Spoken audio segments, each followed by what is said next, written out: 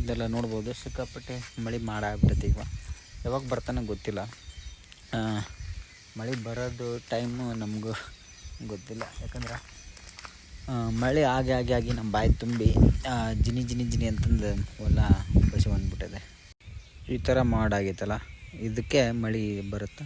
ಕಾರಣ ಏನಪ್ಪ ಅಂತಂದ್ರೆ ಮಳೆ ಆಗೋದ್ರಿಂದ ಒಳ್ಳೆಯದೇ. ಬಟ್ ಅತಿ ಮಳೆ ಆದರೆ ಯಾವುದೇ ಬೆಳೆ ಆಯ್ತು ನಾಶ ಆಗುತ್ತೆ ಹೊರತು ಚೆನ್ನಾಗಿ ಬರೋಕ್ಕೆ ಸಾಧ್ಯ ಇಲ್ಲ. ಯಾಕಂದರೆ ನಮ್ಮ ಇದು ಕರ್ನಾಟಕದ ಅಂದರೆ ಉತ್ತರ ಕರ್ನಾಟಕದಲ್ಲಿ ಜಾಸ್ತಿ ಮಳೆ ಆಗಬಾರ್ದು. ಒಂದು 50-50 ಆದರೆ ಬೆಳೆ ನಮ್ಮ ಕಡೆ ಬೆಳೆಗೆ ಒಳ್ಳೆಯದು. ಪೂರ್ತಿ ಒಂದು 100 ಅಷ್ಟು ಮಳೆ ಆಗಿಬಿಟ್ರೆ ಬೇಡ, 70%, 80% ಮಳೆ ಆಗಿಬಿಟ್ರೆ ಯಾವುದೇ ಬೆಳೆ ಆಯ್ತು ಸರಿಯಾಗಿ ಬರೋಲ್ಲ. ಎಲ್ಲದೂ ಒಣಗಿಬಿಡ್ತು. ಅದು ಎಸ್ಪೆಷಲಿ ತೊಗರಿ, ಹತ್ತಿ ಇಂಥದಕ್ಕೆ ನೀರು ಜಾಸ್ತಿ ನಿಂತಪ್ಪ ಅಂದ್ರೆ ಬೆಳೆ ಸಿಡಿ ಬಂದು ಸುಟ್ಟು ಹೋಗ್ಬಿಡುತ್ತೆ.